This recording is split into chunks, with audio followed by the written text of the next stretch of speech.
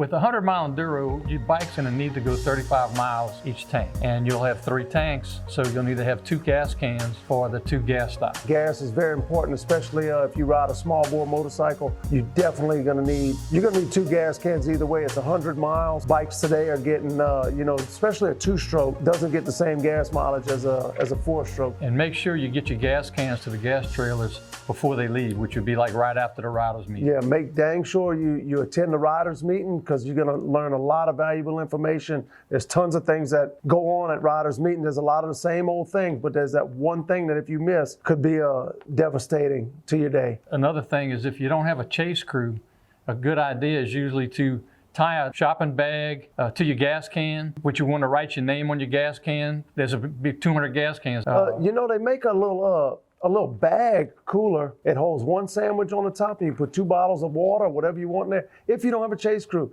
hook it on your gas can. Like Bruce said, put your name on it so you can find it.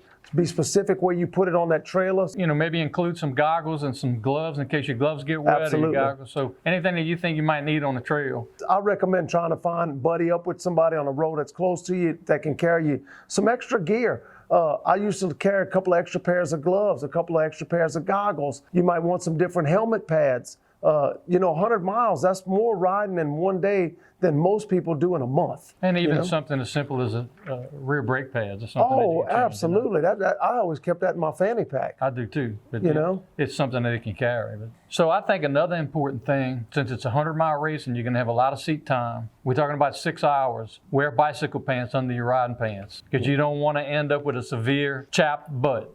Yeah, monkey butt. Monkey butt. My generation, I recommend standing. Like, you guys should be standing. They were riding some different machines that required a different riding style. Bruce was the auto man. You rode them automatic Huskies before Recluse. He was a pioneer of the Recluse before it even existed. What, y'all had some springs y'all used to carry in your fanny pack and stuff too, huh?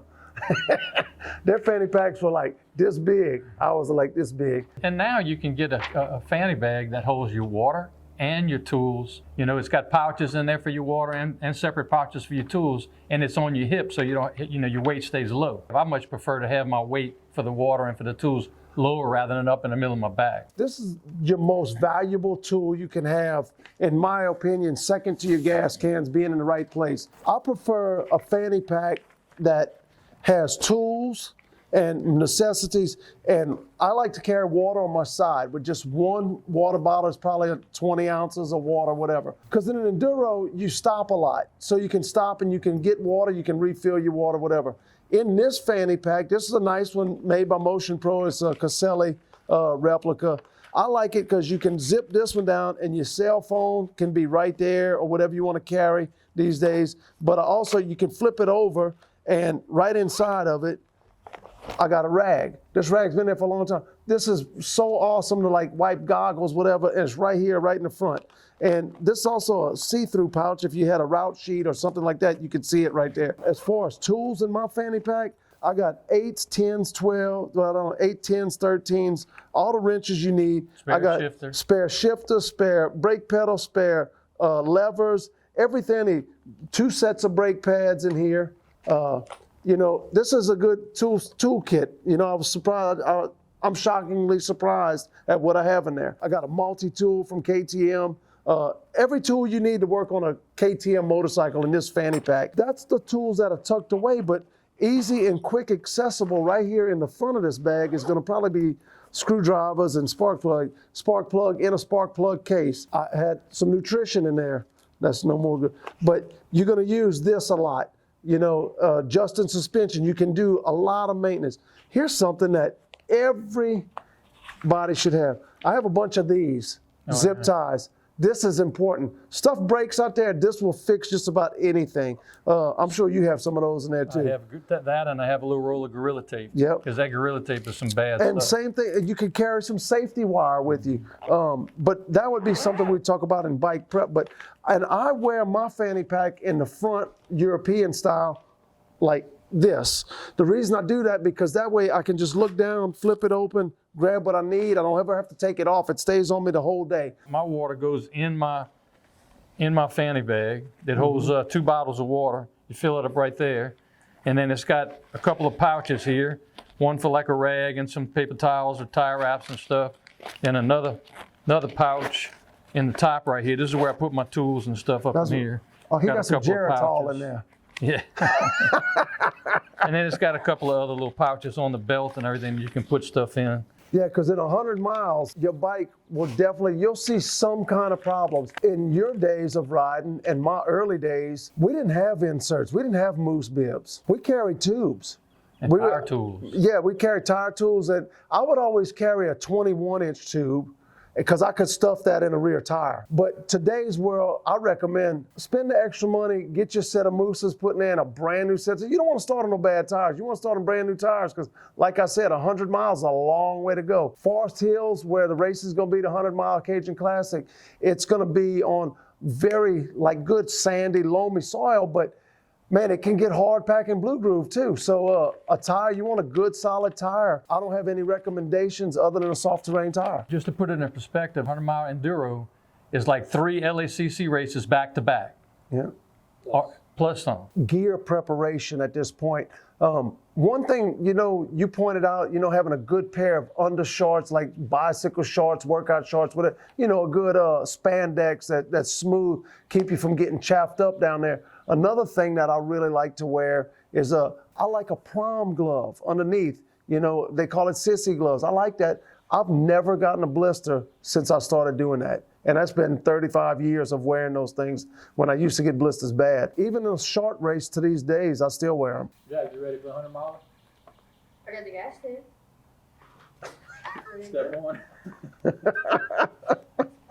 If it's going to be real dusty, something you may want to put in that bag on your gas can is going to be like an air filter. Absolutely. In a Ziploc bag. Absolutely. With some latex disposable gloves. They just had a national enduro, and a lot of guys got caught with their pants down. They didn't have a extra air filter with them, and they ended up riding, it was only 60 miles, but Forest Hill can get real dusty, and you can suck a lot of dirt, and that'll end your day quicker than a flat tire. So one of the things that I've always done on long events is at the free times and at the gas stops is take that extra minute or two and visually inspect your bike. Yep. Loose nuts and bolts, rear brake pads that are almost gone, things that may be loose on your controls.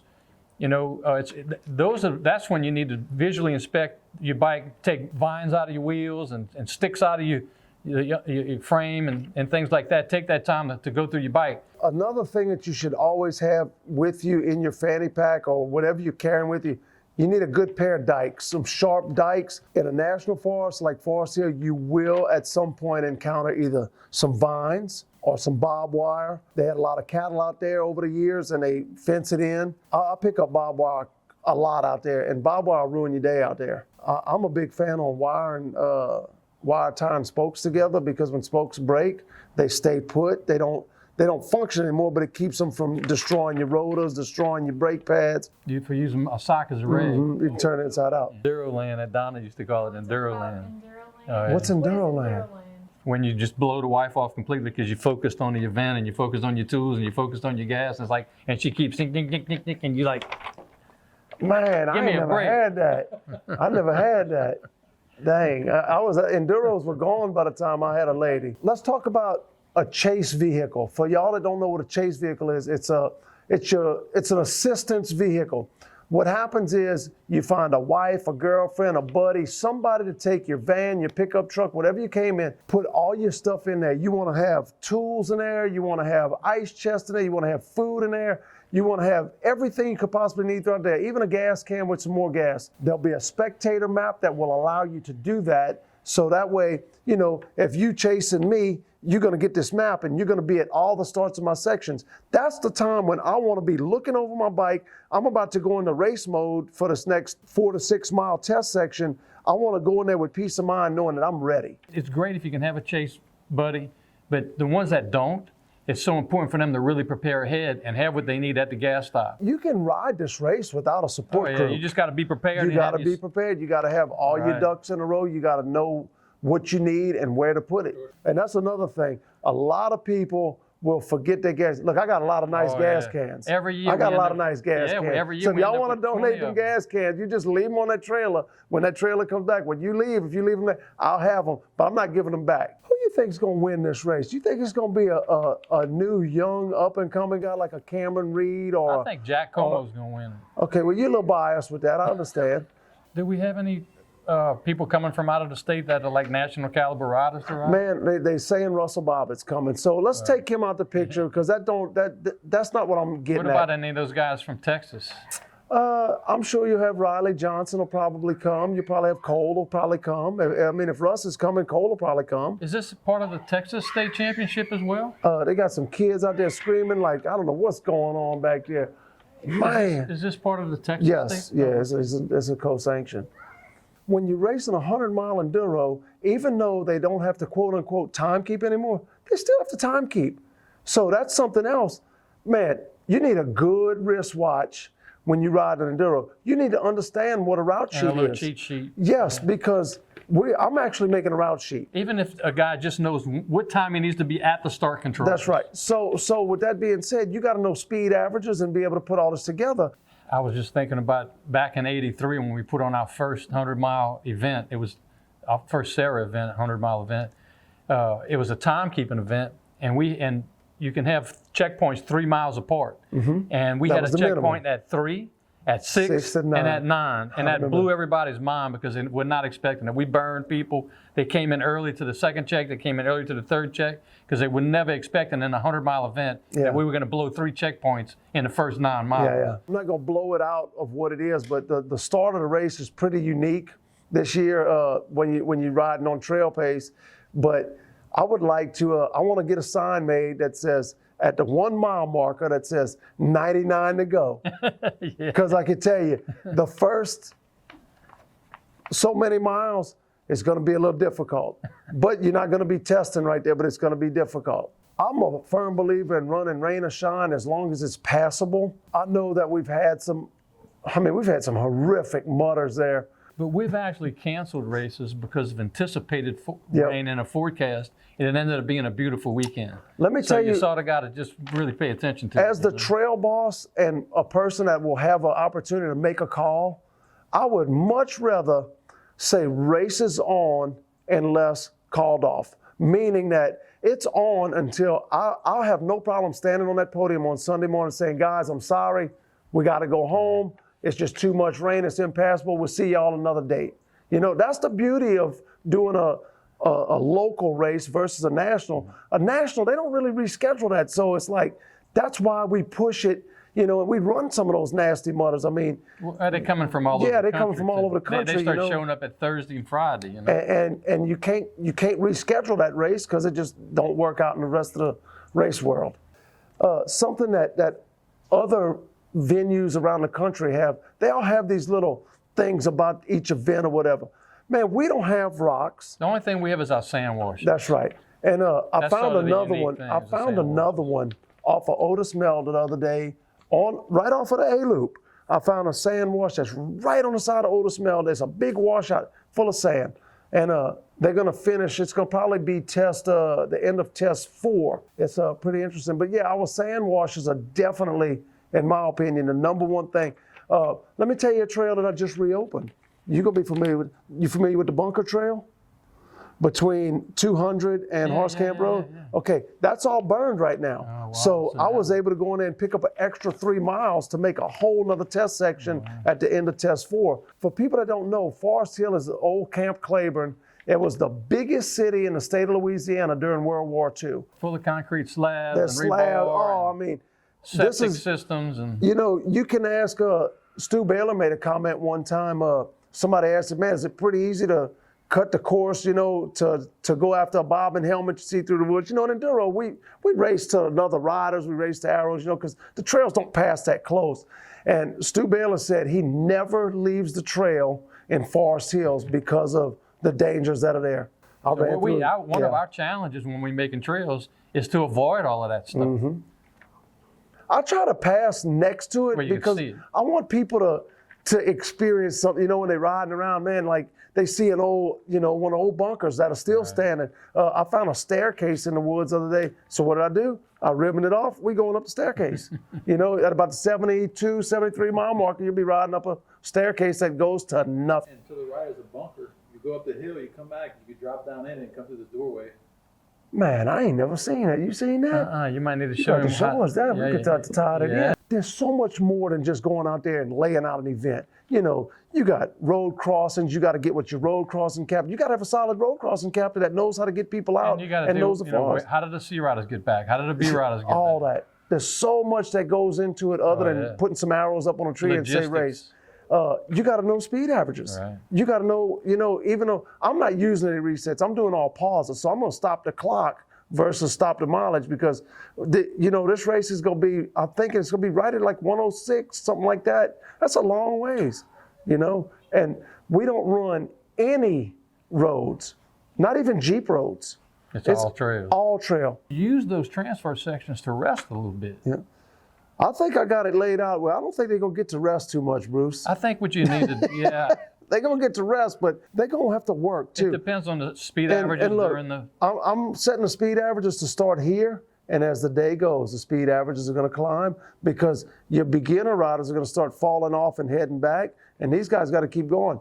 I mean, But what you don't want is you don't want an A rider not having any issues. You don't want an A rider to get to a free section that's a transfer and ride his butt off and still get late to the checkpoint. no. He's not going to get late. He's not going to get late. If I can't make it, then it's too fast. Okay. You look Chinese. Look. Over and out. Over and out. Wait, y'all on three. Y'all gotta do the clap. Flip your hat up a little bit so you can see your face. Yeah.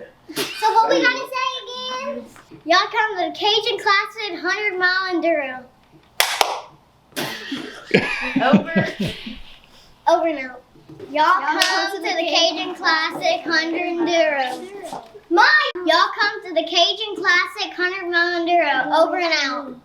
He didn't wait for me. Okay. All right, here we go. I'm going to count to three. You ready? 1, 2, 3. Y'all come to the Cajun Classic 100-mile Enduro. Over and out. Perfect. That's how we went and I had it on the floor trying to get back to where I was supposed to be. Well, however fast it went, that's how fast it went. On the record. And then we were going through those dunes and bottoming out through the dunes to get back to the reset. We get there and he had already gone through.